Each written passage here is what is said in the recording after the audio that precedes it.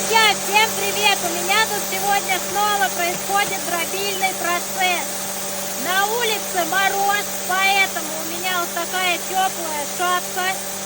Она, не думайте, что там жалко, она еще, наверное, у меня с 5 класса. Она очень старая, она уже пожелтела, поэтому я ее дома ношу. Ну и то ношу, когда холодно, прям мороз.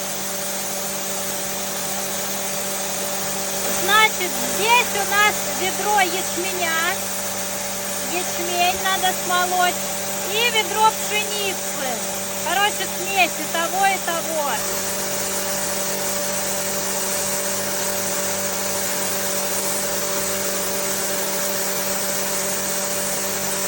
Здесь вот у нас ведро зерна.